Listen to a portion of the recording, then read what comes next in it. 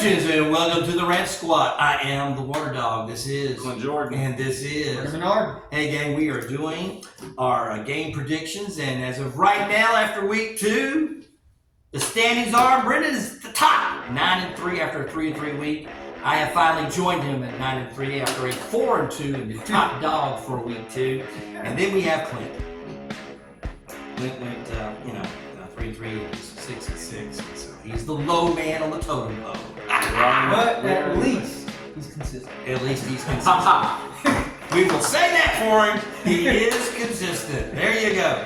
All right, brother, we've got some really good games. I mean, because last week I didn't really think that there was that many good games. It was hard to try to pick a 6-pack of games from which to pick from. But this week, I think I got some good ones for us to choose from. Hey, there was only about 2 games on this list that when I saw which pick, I bam knew my winner. All the rest, I was like, man, I got to really think about this. What I enjoy about every one of these games, I see an argument for both of them. Absolutely. That's what I try to do. That's why I try to pick those type of games. So here we go. We're going to start with to me, my favorite one to watch, because I know I'm watching this game Sunday, and that's Houston and Minnesota. We're going to start with Brendan this week. How about that? Brendan, who you got? You know, I think Minnesota looks really good. They're really talented. Sam Darnold looks great. But the Houston Texans are going to win this game. I think, I know you're going to probably pick Minnesota, so I'm going to try to get one up on here. But my thing is, I think Houston, they're a really good team. And I think that they're going to go to Minnesota. They're going to win this game. Okay. Clint, who you got? So I've seen good things from both teams over the last 2 weeks. But unfortunately, there's only one team that I've seen some bad things from. I feel like the Vikings have played just solid, just all 3 phases of the game. Both games they've played and they've won. And Houston, I think we've got some things to shore up on the secondary. And from all I've seen, Justin Jefferson will be playing in this game. The injury is not significant. If he was out, I would have no doubt about it. With him being in, I really worry about that Texans secondary. This past week, the defensive line really showed up and was able to get pressure on Caleb Williams, so they didn't have to hold on anymore. But I think we see the Texans take a little fall and a little come back down to earth this week, and I'm actually taking the Minnesota Vikings. I know it's hard, but Brian Flores is a good defensive coach, and like I said, I think when it's all said and done, Houston is going to be a great team this year. They're going to make a deep playoff run. But right now, Minnesota is playing some of the best football in the league, and I think they're going to expose Kevin Stefanski, or not Stefanski. What's that's the Browns coach. What's Slowick. Bobby Slowick. No, the Vikings head coach. Oh, Kevin McConnell. McConnell. I get him and Stefanski and Cleveland mixed up. I think McConnell is going to take advantage and expose the Houston secondary. So I think this one's going to be really tight. I think we're going to be looking at like a 24-21 game, but I do think that Minnesota will come out on top. I agree with you that Houston has holes right now. And to me, it's on the offensive side of the football. Really? And if you look, the Bears still could have won that game, Sunday night. Yeah, they still could have won that game. Well, the Texans had a chance to put it away, but Cam Akers fumbled on the 3-yard line. That hurt. But the Bears, really caused a lot of problems for them on the offensive side of football. And when they played the Colts, that's because I think they have a great defense. Well, they do. But when they played the Colts were causing problems. They really had just 2 big. They had the 2 big pass plays on the offensive side. I think Stroud is great. I think, Joe Mixon added to the mix is great. It definitely hurt we couldn't get the run game going, but I'm far more concerned about our defensive secondary than anything else on the team. But I think, for me, the game comes down to where are you playing? And they're playing in Minnesota. I'm a Viking cheerleader, but that's beside the point. I do think the Texans have a good team, and I think if this game was at home, I probably would take Houston. But they're going to be playing in Minnesota, and I think that's something about these crowds and these home games gives these teams these little leg ups that you just don't expect from time to time. And the Minnesota crowd is really, really strong. And so I've been high on Minnesota all year. I'm a Kevin McConnell fanatic, as you guys already know. And so I've got to go with the Vikings. That's fair. I think in this game, your defensive strategy from a secondary standpoint has to take Justin Jefferson out of this game. And if they can do that, I think Houston, has a really good shot. I agree with the secondary problem. But if you go in and you say, listen, our secondary, he's not going to beat us. We've seen it with Andrews. We've seen it with Kelsey. When defenses say he's not beating us, Darnold's have to find someone else. And right now, the injuries that they have, I think if that's Houston's game plan going into this game, I think Houston. Hey, and just to put my money where my mouth is, I just picked up Sam Darnold in the dynasty. And I'm starting him this week. So you're going to start Sam against the Texans. There you go. All right, this is another big game. Gosh. Yep. Philadelphia and New Orleans. Man, my goodness. And they're going to be playing in New Orleans. So last week, I told people to get their Ames bags. And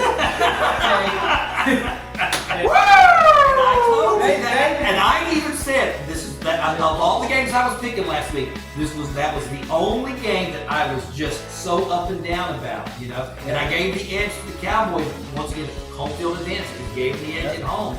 But yeah. And so last week, sadly, the Saints skipped purgatory and went straight to heaven in Dallas. I think this game, it's at New Orleans. And that Superdome is really unlike any other stadium. There's just something about Louisiana football stadiums, man. When you've been drinking all day and you're ready to go watch it. I think they know Philly's coming in. Philly's good. I'm going to pick the New Orleans Saints to win this one. I don't think it'll be a season-long high that they're riding. But I think at home in that Superdome, it's going to be rocking. It's going to be close, but give me the Saints to win this game. This is the week to get the Ames bag out. Really? I really listen. The Saints have played really good football. I understand it, but. Woo! Man, you were just picking out the win tonight, brother. Hey, you got somebody wants to get past their 6-6. That's right. I'm going 6-0 or 0-6, baby. So listen. As I said, I think Philly this past week when they played Atlanta, they played their kind of game. They were the better team for 58 minutes and 30 seconds. And Jalen Hurts finally got out there and ran the ball. And I do think the Saints, where we can beat them is the pass game. And we won't have A.J. Brown, but I think Devontae Smith is going to have a really good week. He had an opportunity for 3 touchdowns in the game against Atlanta, just he couldn't secure. There's a couple of balls. This is a gut feeling. Call it a homer pick if you want, but this is a gut feeling that Philadelphia is going to be sick after what happened with Atlanta. Those coaches are going to come in there. This is the game that I think Vic Fangio makes a statement as the defensive coordinator of the Eagles, and I got this gut feeling that Philly is not going to let happen what Dallas just let happen to them. Saints are going to win this game, and I don't think that. I think that the Eagles' problem is not ability, talent, or even schematic. I think that the Eagles' problem right now is mental. I think it was the same thing that happened to them at the end of the season. There were just some mental things. And then all of a sudden you get a game like this. It hurts. The mental carryover. How they react is going to be. Yeah, and so the mental carryover to me is going to be the big thing. And right now I think that the Saints are mentally out. They absolutely are. I think in this game, Philly's only way to victory is they got to score early. They have to take this crowd out in New Orleans. We'll see. Like I said, I agree. This is going to be a statement game of how do you react for the Eagles. Because I tell you this, I went to many Saints games in my life. If the Saints are rolling in that Superdome, you cannot hear a thing in there. And if Philly's already having mental problems, if you lose at home on mental problems, it's completely different than going to that Superdome and having mental problems. Sirianni lose his job if they lose this game? No, I think the Eagles are going to. I think Sirianni, if he doesn't make the divisional round of the playoffs, he loses his job. All right, another big game. Battle of 2-0s. 2-0s. We've got the San Diego, Los Angeles Chargers, and the Pittsburgh Steelers. Brendan, who you got? In this game, I look at, I think the Chargers are very good. I really do think they can really run the football. I think now they are going to meet their match. I think the Pittsburgh Steelers can stop the run. And I think Pittsburgh has a great defense in this game. And so give me the Pittsburgh Steelers come out and win this game defensively. I don't think offensively they will wow anybody. They can't. But I think they will be able to stop this run game and slow the offense down of the Chargers. And that's just recipe for success. Clinton? What did I say? 6-0 or 0-6. Listen. This game reminds me of a Michigan State game. You've got two. Now I think Justin Herbert is an elite quarterback in the league. Obviously, the goal is Harbaugh not to use him like that. He wants him to run the ball and make the plays when he needs to make the play. I think Jim Harbaugh is looking at this game, and most people think, oh, he's scared of the deep.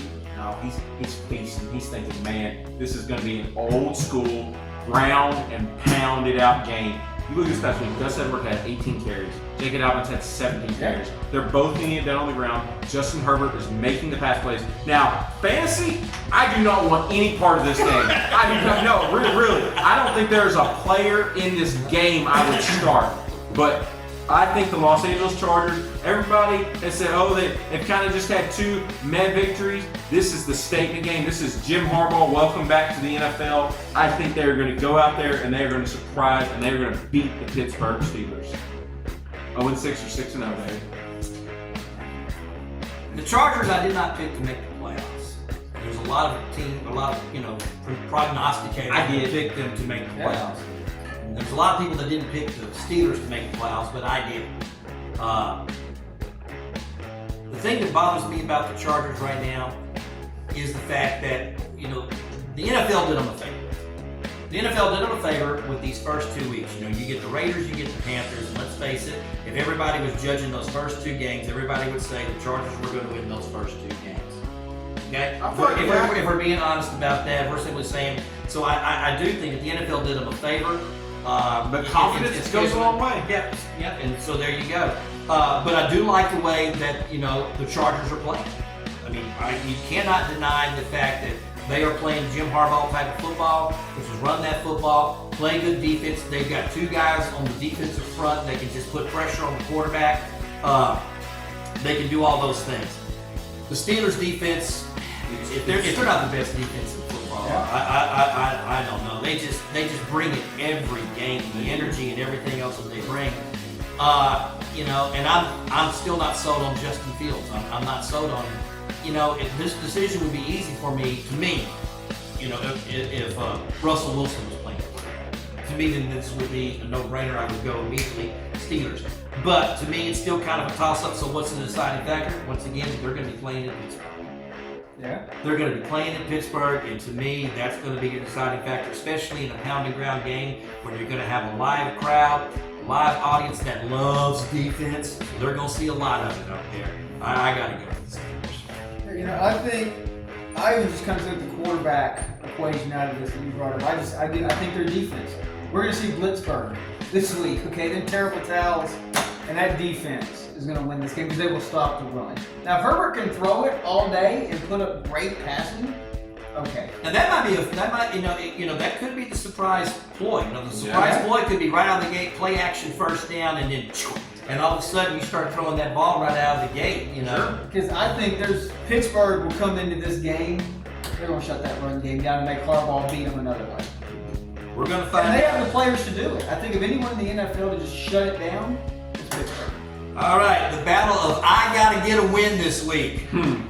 Baltimore and Dallas. Brandon, who you got? I think this is going to be a pretty big game.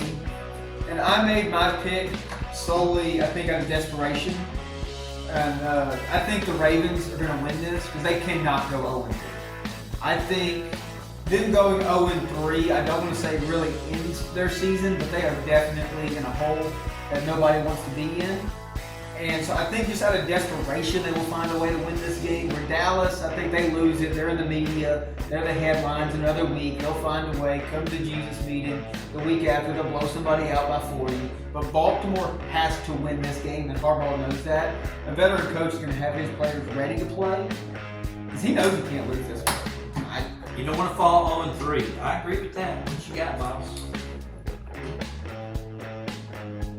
It's hard. It's a hard game. It's a hard game. I look at it, I go back and forth, but I cannot see John Harbaugh starting 0-3. I really cannot. And it's hard because you got the Dallas Cowboys and they're playing at home, and they could come out and they could actually have a showing. I probably, this is the game. So this week, this was the hardest game for me because it's like, man, Dallas can they start 1-2? Man, Baltimore, can they start 0-3? Really don't know what's going to happen. But sometimes you just gotta ignore everything and go with the gut. And apparently, I really like away teams because I think I'm picking away teams in all but one game. I gotta go with Baltimore. I just think I agree with you, Brendan. Veteran coach is gonna have his team ready to play. It's hard though because y'all, I'm telling you, I could just as easily pick Dallas. Oh yes, 100%. I think if this was later in the year and not where we're at right now, I could see that. But just to start 0-3, I can't pick. I have a question for you guys. What is wrong with the Ravens' fourth quarter defense? 2 weeks, man. What defense? In the Yeah, fourth that's what I'm quarter? asking. So this is not typical Ravens defense that we always talk about the Ravens and the Ravens defense, and so you got to ask yourself, fourth quarter, and the game is tight, right? This is one of those you got to will yourself to victory. Well, I think that the Cowboys win this game. Yeah. I think the Cowboys got embarrassed. I don't think it was so much the Cowboys, honestly. I think it was the Saints. The Saints just had a game plan, executed. They just out-executed the Cowboys, And so if you're talking about a team that probably feels more embarrassed, because that's really what we're talking about. Who feels more embarrassed? I think the Cowboys feel more embarrassed after that loss, especially at home. Okay, to a local Gulf Coast rival, the Saints. And so I got to go Dallas this game. And no, I get it. Being at home, like I said, I could just as easily. It's a coin flip. I might have flipped a coin to pick this game. Y'all never know. I agree though. I think Dallas is going to come out here and play good. It's just one of those. You have a feeling that in the NFL, these veteran coaches, Lamar Jackson, Andrews, others. To go 0-3, there's got to be some sense of desperation for them to come out and get a field goal and win by 1 point. But this is a must win. You know what's a small thing that nobody is talking about this year? Justin Tucker's looking kind of old. I think I've read something. He's missed like his last 6 attempts over 50 yards. Justin Tucker.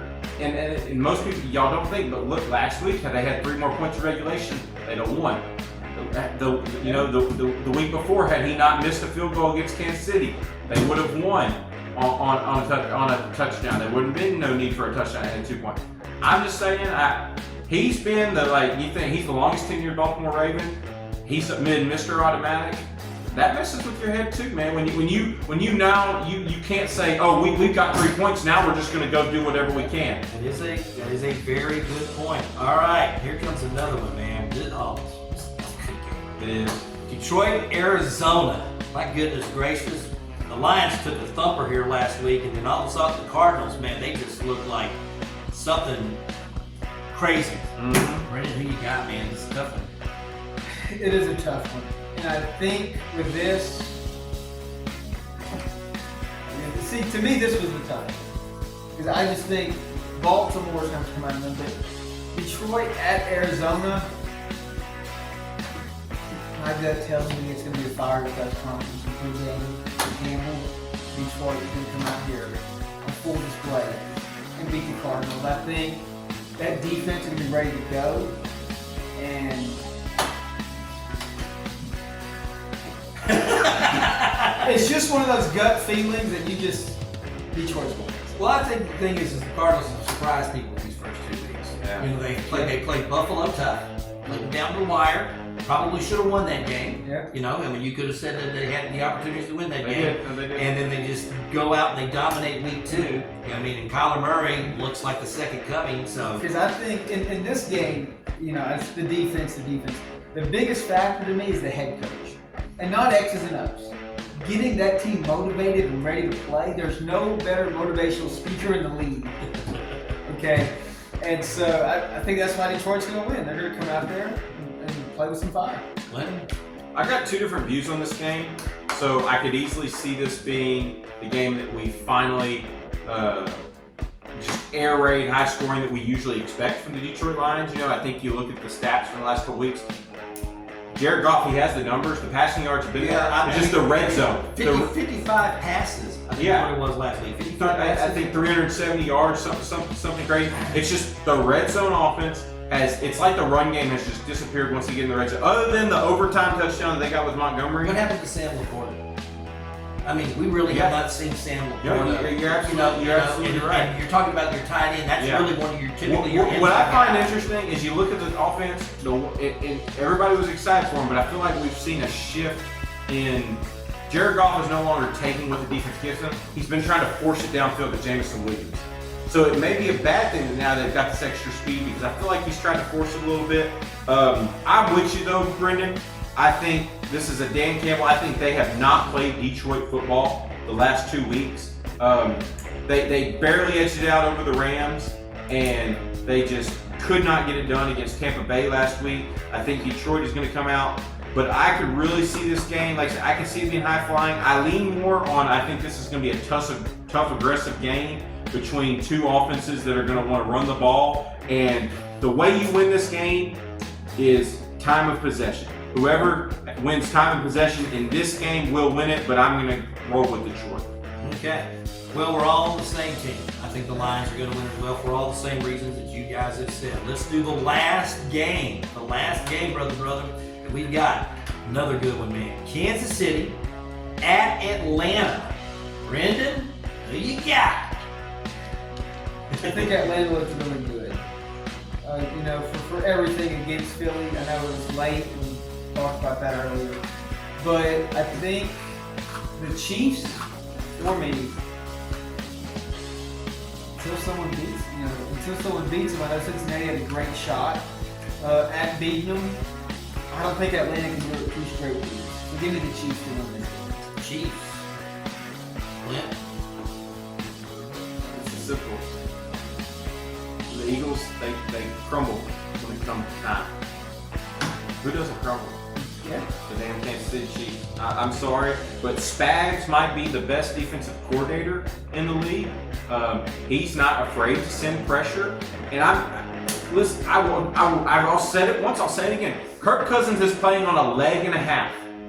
If you don't pressure him, he has his arm. His arm is fully healthy. His mind is fully healthy. He's going to be fine. You've got to put pressure in his face. You've got to make him uncomfortable. I think the keys to this game are don't let the run game get going and pressure Kirk Cousins. And Steve Spagnuolo, he's going to do it. I think Mahomes are going to have to find some kind of substitute for Isaiah Pacheco. That's where this could hurt, is what does the offense do now? Now, I have full confidence in Andy Reid. I think he's the best offensive coach in NFL history. I think they'll be fine. Atlanta, they took advantage of a just absolute crumbling of Philadelphia. Kansas City's not going to crumble. It's the Chiefs all the way. If I was Andy Reid in this game, without the check, I'm running those jet sweeps with Rashee Rice. He's my running back. And I'm just taking him in motion, and I'm running those to the outside for the most part in this game to handle the running problem. We'll see. Atlanta Falcons are going to win this game. And there's going to be a couple of reasons why we're going to win this game. The first one's going to be defense. And the second one is Kansas City, for their 2 wins, they've not looked sharp offensively. They really just have not looked sharp offensively. They didn't look sharp all last year, and then they won the Super Bowl. They didn't look sharp, and the Atlanta defense is played pretty good. Week 1, they played against the Steelers. They played against their, one of their own coordinators who knew, so they knew the team. So there's an advantage that the Steelers had, and they still played that game close, and that was still a game that they still had a chance to win. They're playing at home. They're coming off of a big win. And I think that, you can only play these close games a couple of times in a row before you fall. And I do think this is going to be a Falcons victory. Something just tells me that Atlanta's going to sneak. They have been. It's been scary how close the last 2 games have come from the Chiefs. I will agree with that. Okay, man. Well, these are going to be some tight games, brother. And we are looking forward to it. Of course, to me, the big one, Houston and Minnesota. That's the one I'm ready to watch on Sunday. Absolutely. Gang, that's all we got time for, brother. We are the Rant Squad. I am the Water Dog. This is Jordan. And this is Bernard. And we're going to be out of here.